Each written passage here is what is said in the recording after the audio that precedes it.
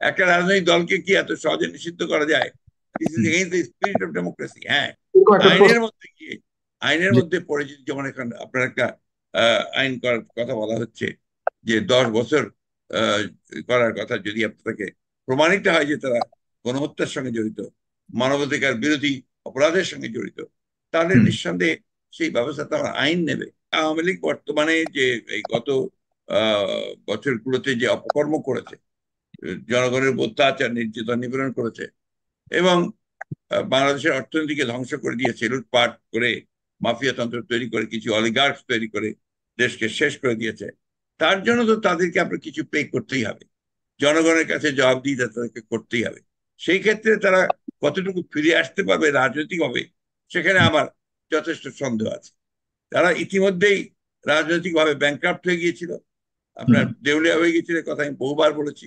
রাজনৈতিক চিন্তা ভাবনা তাদের মধ্যে ছিল না। তাদের চিন্তা ভাবনা ছিল মূলত আপনার লুটপাটকে কেন্দ্র করে, একটা হুম।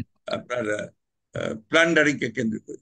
সেই দৃষ্টিকোণ থেকে আওয়ামী লীগ যথেষ্ট রাজনৈতিকভাবে ব্যাংক্রাফ্ট হয়ে গেছে, এবং তাদের ফিরে আসতে নির্বাচনের মাধ্যমে জনগণ মাইনে নিয়ে অনেক অনেক দিন অপেক্ষা করতে হবে। আমাদের দলকে যদি আমরা সত্যিকার অর্থে গণমুখী করে হিসাবে গড়ে তুলতে পারি, এবং ইয়াং জেনারেশন, যেটা সবচেয়ে বড় আপনার এখন একটা বাংলাদেশের জন্য একটা বড় অংশ, যাদেরকে আপনার এখানে যারা ভোট দেবে, এই আপনার আপনার যেটাকে আমরা বলি আপনার ডেমোগ্রাফিক যে একটা ব্যাপার আছে, এই ডেমোগ্রাফিক ব্যাপারটাতে ইয়াং জেনারেশন একটা বিরাট অংশ। সেখানে যদি আমরা তাদের কাছে রিচ করতে পারি, পৌঁছতে পারি, তাহলে নিঃসন্দেহে আমরা শুধু নির্বাচনে নয়, ভবিষ্যতে রাষ্ট্র পরিচালনার ক্ষেত্রেও আমরা অত্যন্ত ইতিবাচক ভূমিকা রাখতে সক্ষম হব। বিএনপি একটা বিশাল রাজনৈতিক দল। হুম। বিএনপির আপনার যে সদস্য সংখ্যা, এটা অলমোস্ট মোর দেন 2 crores। এবং এটা আপনার বিএনপি এই বিগত ফ্যাসিস্ট সরকার বিরুদ্ধে আন্দোলন করতে গিয়ে তার আসামি হয়েছে 60 লক্ষ মানুষ, বিএনপির বিভিন্ন স্তরের। সুতরাং এত বিশাল একটা রাজনৈতিক দলের কোন কোন জায়গায় কোথাও কোথাও তার কোন সমর্থক বা কর্মীরা যদি কোনো ঘটনার সঙ্গে যুক্ত হয়ে থাকে, তার জন্য বিএনপিকে দায়ী করা উচিত হবে না, এটাকে আমি সঙ্গত মনে করি না। হুম। তবে নিঃসন্দেহে যারা যারা আমরা জানতে পেরেছি যাদের সম্পর্কে, যে তারা আপনার কোথাও কোথাও এই ধরনের যুক্ত হচ্ছে, তাদেরকে আমরা ডেফিনেটলি তাদের বিরুদ্ধে আমরা ব্যবস্থা নিচ্ছি। জি। বিএনপির আসলে আপনাদের একদম অফিসিয়ালি কত সদস্য আছে বর্তমানে?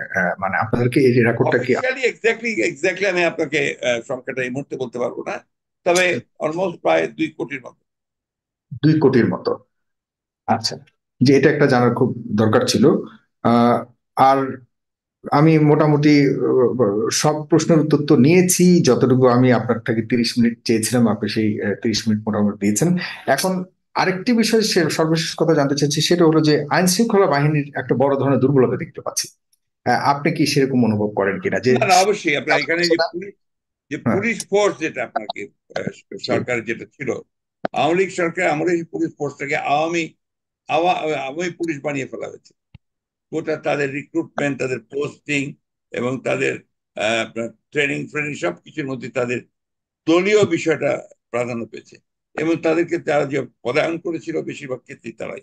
এবং দেশে যে আপনার ভয়াবহ ফ্যাসিস্ট এই সরকারকে টিকিয়ে রাখার জন্য পুলিশ বাহিনীকে যে অত্যাচার, নির্যাতন যাদের সদস্যদের দিয়ে করা হয়েছিল, সবগুলি পুলিশের কিছু ঊর্ধ্বতন লোকজন করেছিল। ফলে স্বাভাবিকভাবেই সরকারের পরিবর্তনের ফলে সেই পুলিশ বাহিনীর একটা বড় অংশ তারা আপনার ভয় পেয়ে যায়, হতাশ হয়ে যায়। তাদের একটা নেতৃত্বের একটা বড় অংশ আপনার অভিযুক্ত হয়েছে।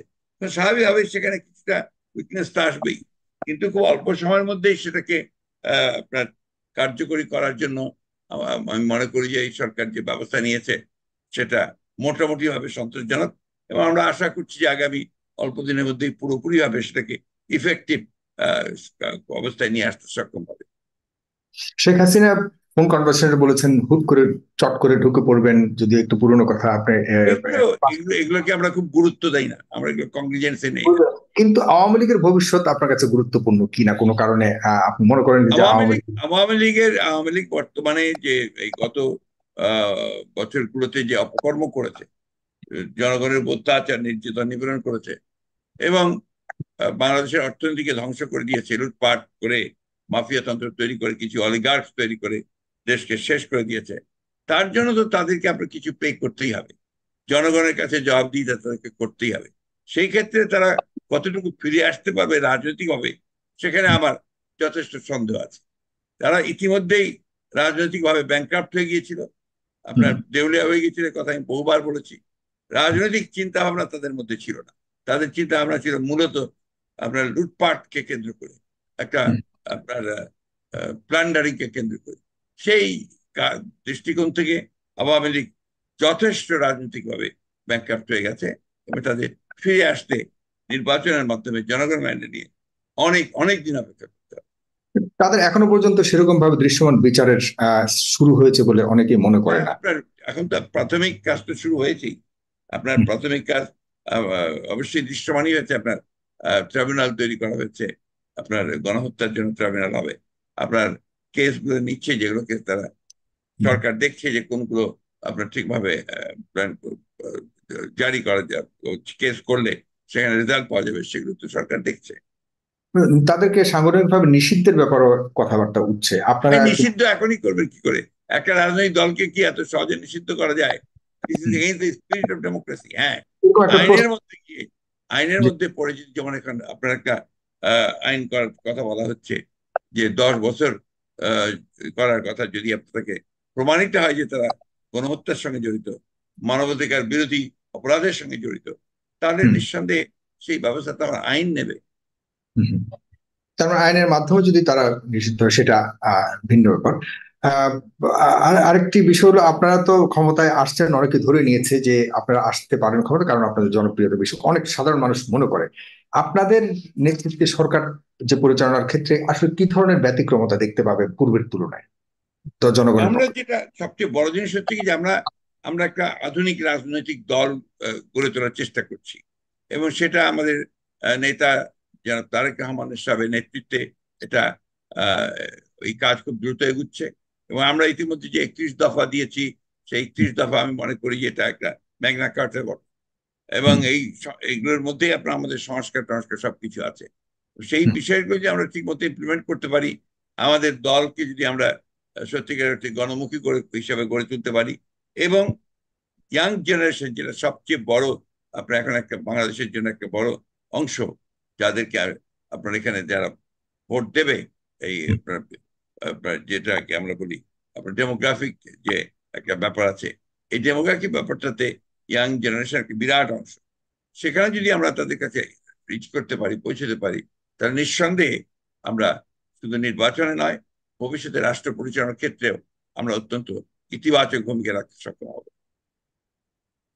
জি, আমি আপনাকে আজকে ছাড়ি, আপনাকে অবশ্যই আরেকদিন পাবো। আপনি অনেক কষ্ট করে এত রাতে আমাকে সময় দিয়েছেন। আরো অনেক প্রশ্ন হয়ে গেছে, কিন্তু আপনাকে আমি আর রাখছি না। আপনাকে অনেক ধন্যবাদ। ধন্যবাদ। অনেক মির্জা ফখরুল ইসলাম, আপনাকে অনেক ধন্যবাদ। ধন্যবাদ আপনাকে। ভালো থাকবেন, ভালো থাকবেন, সুস্থ থাকবেন। শুভরাত্রি জানাচ্ছি। আসসালাম। সবাইকে আপনার মাধ্যমে